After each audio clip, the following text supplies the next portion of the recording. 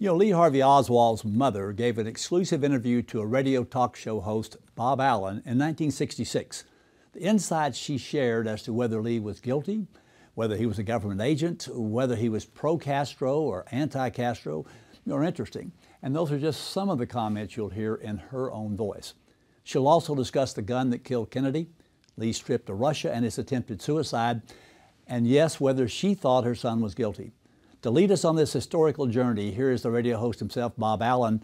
Bob spent 35 years in radio and television in Dallas and Fort Worth, and in 1994 he bought KGM 1500 AM in Sherman Denison, and now also KGM 101.3. Bob, welcome to the program. Thank you, Dennis, for inviting me over to KERA. Yeah, well, it's nice to have you, and you don't look as old as you must be, but maybe you were just a child when you interviewed. I was a baby. You were a baby. So how did you meet Marguerite Oswald, and how did this interview come about? Well, the way it came about, we happened to shop at the same supermarket over in Fort Worth. She didn't live very far from me, and I was in there one day, and I saw her passing by, and I asked the lady, I said, "Isn't that Mrs. Oswald?" She said, "Yes," and she says she shops here. And I was doing a talk show on KCUL AM and FM in Dallas and Fort Worth in 1966. And I ran into her again, and she was holding a piece of celery back in the produce department. And I walked up to her and I said, "Mrs. Oswald?" And she said, "Yes." And she said, I said, "Well, I do a talk show on the KCUL AM FM called Open Line." And she said, "Yes, I listen to the show." I said, "Well, I'd just love to have you as a guest to be on that program to answer questions from the people of the Dallas-Fort Worth area." And she gave me her phone number and invited me to come over to her house, which, by the way, was a very neat, nice home, a brick home, right off the East-West Freeway 30 in Dallas and Fort Worth. And I went over to speak to her and talk to her about being on the show. And she said, yes, she would do it. She only wanted two things. I said, "What's that?" She said, "I want you to come by and pick me up. I don't drive at night. And also I want a copy of the show." I agreed to that, picked her up. We went in to do the show, and that's how I met her. And the rest is history. All right, Yes. We're going to listen to a lot of those excerpts. I'm going to sort of look at them. You were kind enough to send me a bunch, and you had 4 hours, I think, Yeah, of it was the program. a 4-hour show, Monday through Friday. Right. So I'm going to sort of look at the history, his background, and then I'm going to look at this CIA connection possibility, and then at the end we'll talk about whether she thought he was guilty or not. So if we're ready, let's look at listen to clip 14 to start with. So let's run clip 14. He did attend Arlington Heights High School, did he not? Yes, not for long, no. Not for long. No, you see, we came here from New Orleans, and we came here in July, and then school opened in September, and he joined the service October the 24th.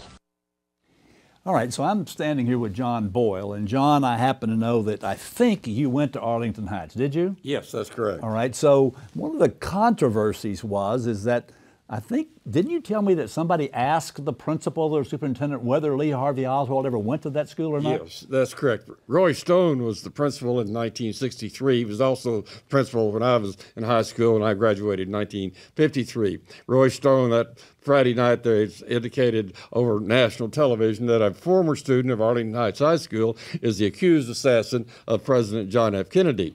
He's a very nice-looking guy with gray hair and a stentorian voice, and he gets on there, a loud voice. He had it in front of him in paper. He said, "We have researched the records of Arlington Heights High School closely. Lee Harvey Oswald never attended Arlington Heights High School."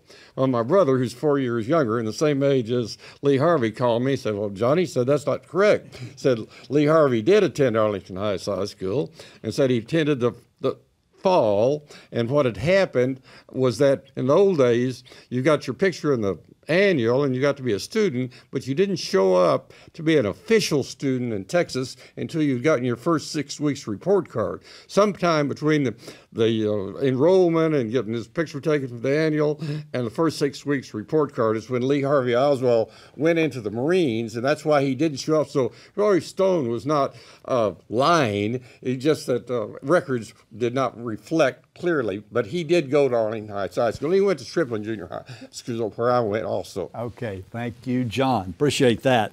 Now, so there's a lot of things that went on over there. I'm going to look at clip number, I actually listened to, I keep on looking at clip 17, talking about where he went after he joined the Marines and actually had gotten out of the Marines. So let's listen to clip 17. Do you have any idea why he tried to kill himself while he was in Russia? Yes, I do. I think, again, this is aging. He was not accepted by the Russians. And he went into the American embassy. He threw his passport on the desk, and he said, I want to renounce my citizenship, and I want to become a Russian citizen. Well, they didn't do anything about it, and this is the trick to the whole thing. And then he left, and he never did go back to the embassy. He talked to Mr. Snyder, who was our embassy official over in Moscow, and he talked to him quite a while, and he's supposed to come back. They were going to let him sign papers and do this and that, but he never did return. Well, in the meantime, then, it is stated that he slashed his wrist. You see, his tourist card was going to expire, and he was going to have to leave Russia. So he splashed his wrists in order to stay. So they put him in the hospital, and they put him in a psychiatric ward, and then they gave him an examination, and they took him out of the psychiatric ward because they found that there was nothing wrong with him mentally. And then he left Moscow, and he went to Minsk. Now, here's something very important. While in Minsk, and while I don't know where my son is, and while I am dickering with the State Department to find my son, and while congressmen, etc., are trying to help me, when the Warren Report comes out, there's 2 pictures of my son in Minsk acting as an interpreter for Americans. Now, Bob, one of the things that struck me in listening to these clips is she's obviously not shy.